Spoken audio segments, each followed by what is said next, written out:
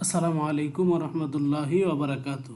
আপনারা যারা 19তম শিক্ষক নিবন্ধন বিসিএস প্রাইমারি এবং 11 থেকে 20তম গ্রেড সরকারি চাকরির জন্য আপনারা প্রস্তুতি নিতে চাচ্ছেন, কিন্তু গুছালো একটা প্রস্তুতি আপনারা পাচ্ছেন না। আমি আমার এই চ্যানেলে অথবা আমার এই পেজে আমি আপনাদের জন্য একটা গুছালো প্রস্তুতির ব্যবস্থা করেছি।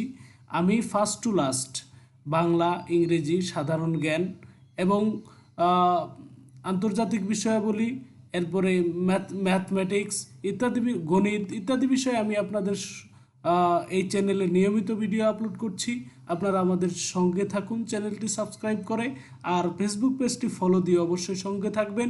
তাহলে আমি আশা করি মোবাইল চালানোর যে একটা সময়টা, সেই সময়টাও আপনি লেখাপড়ার মধ্যে ব্যয় করতে পারবেন এবং আনন্দময়তার সহিত ক্লাসগুলো উপভোগ করতে পারবেন। ঠিক আছে, তো চলুন শুরু। আজকে আমরা পড়ব বাংলা সাহিত্যের গুরুত্বপূর্ণ কবি সাহিত্যিক পর্ব 4, ঈশ্বরচন্দ্র বিদ্যাসাগর। মনে রাখবেন, আমি ইতিপূর্বে আরও 3টি গুরুত্বপূর্ণ কবি সাহিত্যিক বাংলা সাহিত্যের প্রাচীন যুগ, মধ্যযুগ ভিডিও আপলোড করেছি আমার এই চ্যানেলে অথবা আমার এই ফেসবুক পেজে।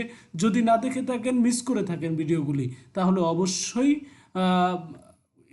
এই প্লেলিস্ট আকারে সমস্ত ভিডিওগুলো দেওয়া আছে, আপনারা সেখানে গিয়ে দেখে আসতে পারেন।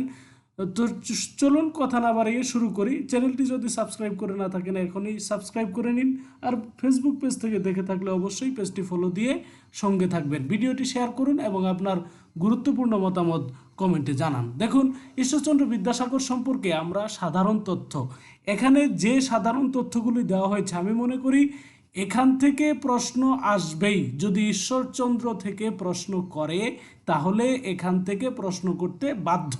দেখেন কতগুলো এমসিকিউ আমরা এখান থেকে কারেক্ট করতে পারি। ঊনবিংশ শতাব্দীর বিখ্যাত সাহিত্যিক ঈশ্বরচন্দ্র বিদ্যাসাগর 1820 সালের 26শে সেপ্টেম্বর মেদিনীপুর জেলার বীরসিংহ গ্রামে জন্মগ্রহণ করেন। তাহলে এই যে জন্ম তারিখটা 1820 সালের 26শে সেপ্টেম্বর, 1820 সালের 26শে সেপ্টেম্বর জন্ম তারিখ কত? 1820 সালের 26শে সেপ্টেম্বর। জন্মস্থান মেদিনীপুর জেলার বীরসিংহ গ্রাম। অনেক পরীক্ষায় আসছে দেখেছি যে এই বীরসিংহ গ্রামে জন্মগ্রহণ করেন কে? ঈশ্বরচন্দ্র বিদ্যাসাগর। তার পিতার নাম ঠাকুরদাস বন্দ্যোপাধ্যায় এবং মায়ের নাম ভগবতী দেবী। তার পারিবারিক নাম ঈশ্বরচন্দ্র বন্দ্যোপাধ্যায়। তাহলে ঈশ্বরচন্দ্রের পারিবারিক নাম কি ছিল? ঈশ্বরচন্দ্র বন্দ্যোপাধ্যায়। ওকে, তাহলে বিদ্যাসাগর ছিল তার উপাধি, এই বিদ্যাসাগরটা ছিল তার উপাধি। 1839 সালে, সালটা খেয়াল রাখবেন, 1839 সালে সংস্কৃত কলেজ থেকে তিনি বিদ্যাসাগর উপাধি লাভ করেন। কত সালে? 1839 সালে। কোন কলেজ থেকে? সংস্কৃত কলেজ থেকে বিদ্যাসাগর উপাধি লাভ করেন। তিনি ঈশ্বরচন্দ্র শর্মা নামে স্বাক্ষর করতেন। তিনি স্বাক্ষর করতেন। তাহলে ঈশ্বরচন্দ্র বিদ্যাসাগর কি নামে স্বাক্ষর করতেন? ঈশ্বরচন্দ্র শর্মা নামে স্বাক্ষর করতেন। দেখেন পরবর্তী, দেখেন এখানে বলা হয়েছে 1841 সালে ফোর্ট উইলিয়াম কলেজের সেরেস্তাদার তথা প্রধান পণ্ডিত হিসেবে যোগদান করেন। তাহলে ফোর্ট উইলিয়াম কলেজের শিক্ষক কে ছিলেন? ফোর্ট উইলিয়াম কলেজের শিক্ষক কে ছিলেন? এরকম অনেক প্রশ্ন আসতে দেখা যায়। তো ফোর্ট উইলিয়াম কলেজের শিক্ষক ছিলেন আমাদের ঈশ্বরচন্দ্র বিদ্যাসাগর। ওকে, তাহলে তিনি সেখানে সেরেস্তাদার বা প্রধান পণ্ডিত ছিলেন। আচ্ছা, 1851 সালে সংস্কৃত কলেজের অধ্যক্ষ পদে উন্নীত হন। কত সালে অধ্যক্ষ পদে উন্নীত হন? 1851 সালে। কোন 1851 সালে কোন কলেজের? সংস্কৃত কলেজের। ঠিক আছে, 1851 সালে সংস্কৃত কলেজের অধ্যক্ষ পদে উন্নীত হন। কলকাতার নারী শিক্ষা মন্দির তথা বেথুন কলেজ, এই যে বেথুন কলেজ, কলকাতার নারী শিক্ষা মন্দির তথা বেথুন কলেজ তার সহযোগিতায় প্রতিষ্ঠিত হয়।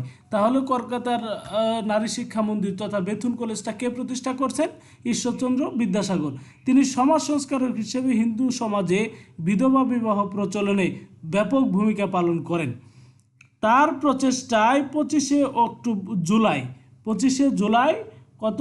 1856 বিধবা বিবাহ আইন পাশ হয়। ব্রিটিশ পার্লামেন্টে তার প্রচেষ্টায় কি হয়? উইডো ম্যারেজ অ্যাক্ট 1856 25শে জুলাই এটা পাশ হয়। কার প্রচেষ্টায়?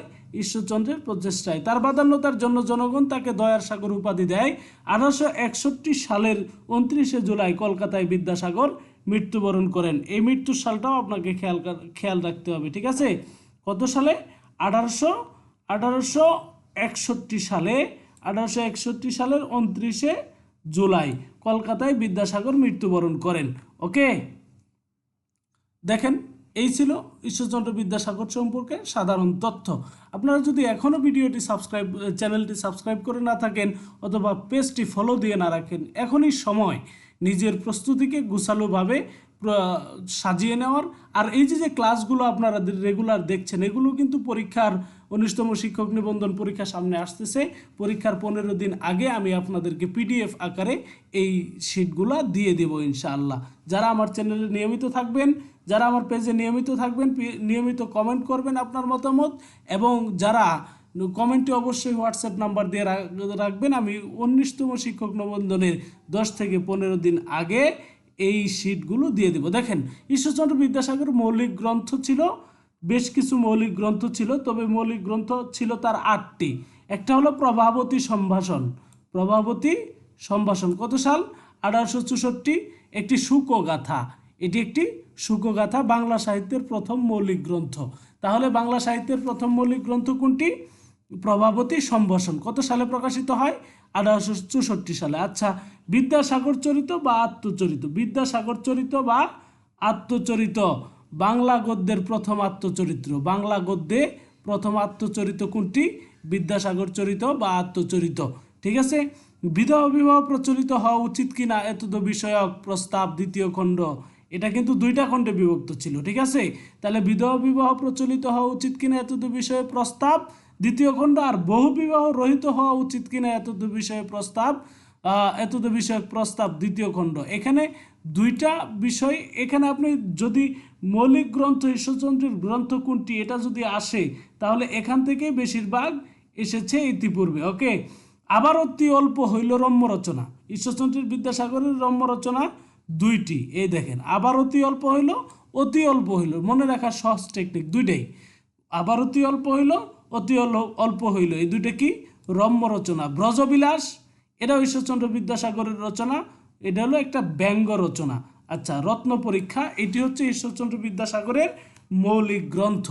দেখেন, অনুবাদ গ্রন্থ বেতাল পঞ্চবিংশতি, বেতাল পঞ্চবিংশতি 1847। তাহলে এটা কত সালে প্রকাশিত হয়? বেতাল পঞ্চবিংশতি 1847 সালে। প্রথম মুদ্রিত গ্রন্থ, এটাই প্রথম মুদ্রণ করা হয়েছে এরকম একটি গ্রন্থ।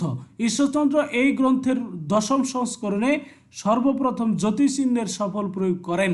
তাইলে কত অর্থাৎ 1860 সালে এই বেতাল পঞ্চবিংশতির 10ম সংস্করণে, কত?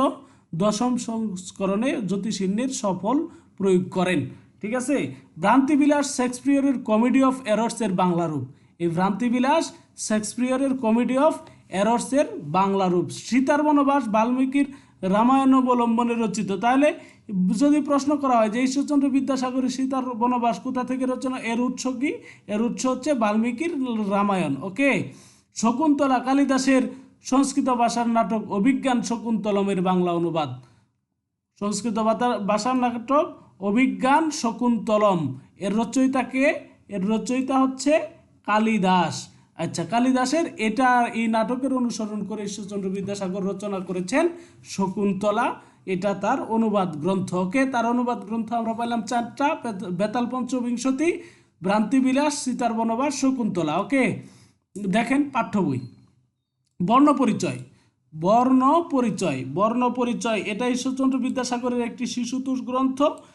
এটা ঈশ্বরচন্দ্র বিদ্যাসাগরের একটি শিশুতোষ গ্রন্থ, তাই না? বাংলা বর্ণমালা সমূহ সুশৃঙ্খলভাবে সাজিয়ে শিশুদের বাংলা বর্ণমালার প্রথম সার্থক গ্রন্থ হচ্ছে এই গ্রন্থ। সেটা হচ্ছে 1855 সালে রচিত, প্রকাশিত বর্ণপরিচয়। এটা কিন্তু এই গ্রন্থটা মাসিক, এই গ্রন্থটি ক্লাসিকের মর্যাদা পায়, এই গ্রন্থটি ক্লাসে পড়ানো হয়, শ্রেণীর মর্যাদা পায়। এটা আপনাকে খেয়াল রাখতে হবে যে ঈশ্বরচন্দ্রের কোন গ্রন্থটি ক্লাসিকের মর্যাদা পায়, সেটা হচ্ছে বর্ণপরিচয়, যেটা প্রকাশিত হয় 1855 সালে, যেখানে ঈশ্বরচন্দ্র বিদ্যাসাগর বাংলা বর্ণমালা সমূহকে সুশৃঙ্খলভাবে সাজিয়ে শিশুদের বাংলা বর্ণমালার প্রথম সার্থক গ্রন্থ রচনা করেন। শব্দমঞ্জরি বাংলা অভিধান, এটি একটি বাংলা অভিধান। শব্দমঞ্জরি, ওকে। আখ্যান মঞ্জরি, এটাও একটা উল্লেখযোগ্য রচনা, প্রত্যুৎপকার, ঠিক আছে, আখ্যান মঞ্জুরির। বুধোদয়, কথামালা। তাহলে ঈশ্বরচন্দ্র বিদ্যাসাগরের পাঠ্য বই কয়টা? পাঠ্য বই হচ্ছে 5টা। বর্ণপরিচয়, শব্দমঞ্জরি, আখ্যান মঞ্জরি, বুধোদয়, কথামালা, ওকে। এই ছিল আমাদের ঈশ্বরচন্দ্র বিদ্যাসাগর সম্পর্কে বিশেষ তথ্য। আমরা এই এতটুকু পড়া যদি সংক্ষিপ্ত আকারেও পড়ে নেই, তাহলে কিন্তু অবশ্যই আপনারা পরীক্ষায় ভালো রেজাল্ট করবেন। ঈশ্বরচন্দ্র বিদ্যাসাগর সম্পর্কে প্রশ্ন আসলে অবশ্যই এখান থেকে আসবে। আপনাদের জন্য দোয়া রেখে শেষ করছি আজকের ক্লাস। পরবর্তী ক্লাসের জন্য পরবর্তী ক্লাসটি দেখার আমন্ত্রণ জানিয়ে শেষ করছি এখানেই। ধন্যবাদ। আসসালামু আলাইকুম।